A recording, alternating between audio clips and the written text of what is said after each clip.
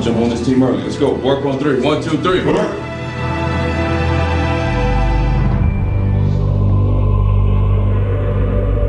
Toronto, Ontario, Canada's largest city, and its center for culture and commerce.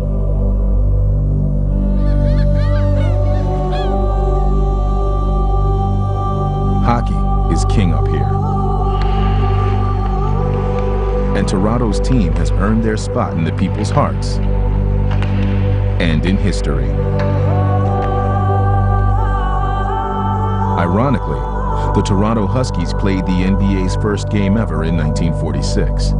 But that game and that team are just a faded memory.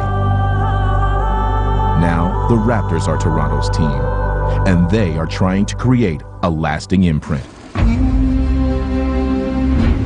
When NBA basketball returned to Toronto in 1995, there were questions as to whether it would survive this time around. But the arrival of supernova Vince Carter in 1999 changed everything.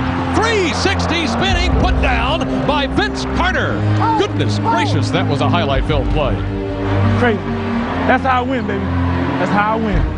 He brought an identity to a team that didn't really have one. You know, they were the little dinosaur guys. They were an afterthought in the NBA, but Vince Carter gave them a legitimacy. Where would the Raptors be without Air, Taylor, and Carter?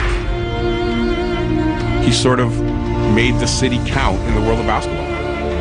Vince carried the Raptors to 3 consecutive playoff appearances, igniting the city. Amazing. Vince Carter has hit his 8th three-pointer in a row. Now that is your franchise player, Vince Carter. Oh, man, those were the glory days. Oh, man. Man, I was just like, can't get no better than this. Playoff fever had arrived in Toronto, and Carter had forged a deep connection with Raptor fans, and he would take them to within 1 shot of the Eastern Conference Finals in 2001. Carter at the buzzer. No go. Vince's shot missed by inches, and most thought that playoff run was just the beginning of Toronto's rise to the top. Instead, it was the end. As quickly as they had risen, the Raptors fell to the bottom of the standings, and Vince Carter asked to be traded, leaving the weight of the franchise on the shoulders of Chris Bosh. After he left, you know, guys were like, oh, okay, well, looking at me like, and I'm looking like, what is it? The Raptors' top draft pick in 2003, Bosh had the skills to be a star, but leading a team is a different story, especially for a teenager. I was 19 years old. Toronto was putting my face on the ticket programs and things. I'm seeing my face on the billboard. It was just a tough adjustment because I was so young. Carrying a team was a burden too heavy for Bosh to bear alone. On those slim shoulders, he's carrying quite a bit of weight. The franchise was adrift, and it looked to first-time head coach Sam Mitchell to right the ship. Sam, what's the #1 thing you need to work on? Keeping my emotions in check. When I get into the heat of the moment, making sure that I stay calm so that the players stay calm. Hey, Chris, don't wait. As soon as you got it, go. Don't give him a chance to double team you, all right? Go. Don't give him a chance to double team you. And right from the start, Mitchell made the gym a proving ground. He challenged me constantly. If I gotta tell you that, you can't play. He's a challenger.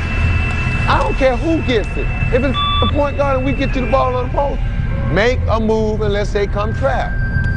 I shouldn't have to tell you to want to score. He was emotional. He was a young kid, relative kid, 2 years removed from playing, who would scream. He was out of control. I ain't giving you nothing. You get nothing, Chris Bosh. Nothing. There were some guys who wanted to just tune him up. Like, this is the rantings of a madman. Sam Mitchell got rid of the gum, said, hey, let me get on with this. He is all the way near midcourt, and he is animated, and he is out of here. They all probably thought I was crazy. But what I wanted to get them to understand is, show me who wants to play. Trying to change the losing culture of the team, Sam was testing the resiliency of his players. His own, however, was never in question as a player.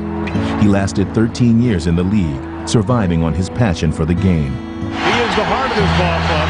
They call Sam Mitchell the team morale leader. Yeah, good D, man. Hey, keep him out of there. He served as a teacher for the young players, especially a 19-year-old Kevin Garnett, and provided a veteran's voice for the coaches. You got guys right here. We talked about that today. Dean should be right there. Because you know that's we weren't talking no Flip. Gotta let them know they ran that ISO play where they put the one guy shooting. Nobody, we got to remind the guy push him left. We got to talk, guys. That's what we talked about.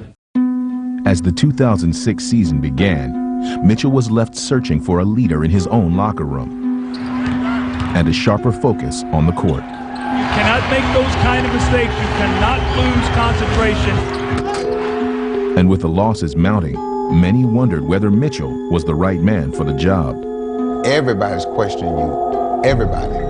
You know, I get in a cab driver, like, hey, coach, what are y'all doing? You're 1-9. Will Peterson, Chris Bosh looking on. Their ball club down big here at home. It was killing me, man. I mean, it doesn't matter how hard you play, you're still on the losing end. That's a bad feeling. It just kept getting worse and worse. And it was a couple of days where I didn't want to go. You know, I was like, man, I don't want to play today.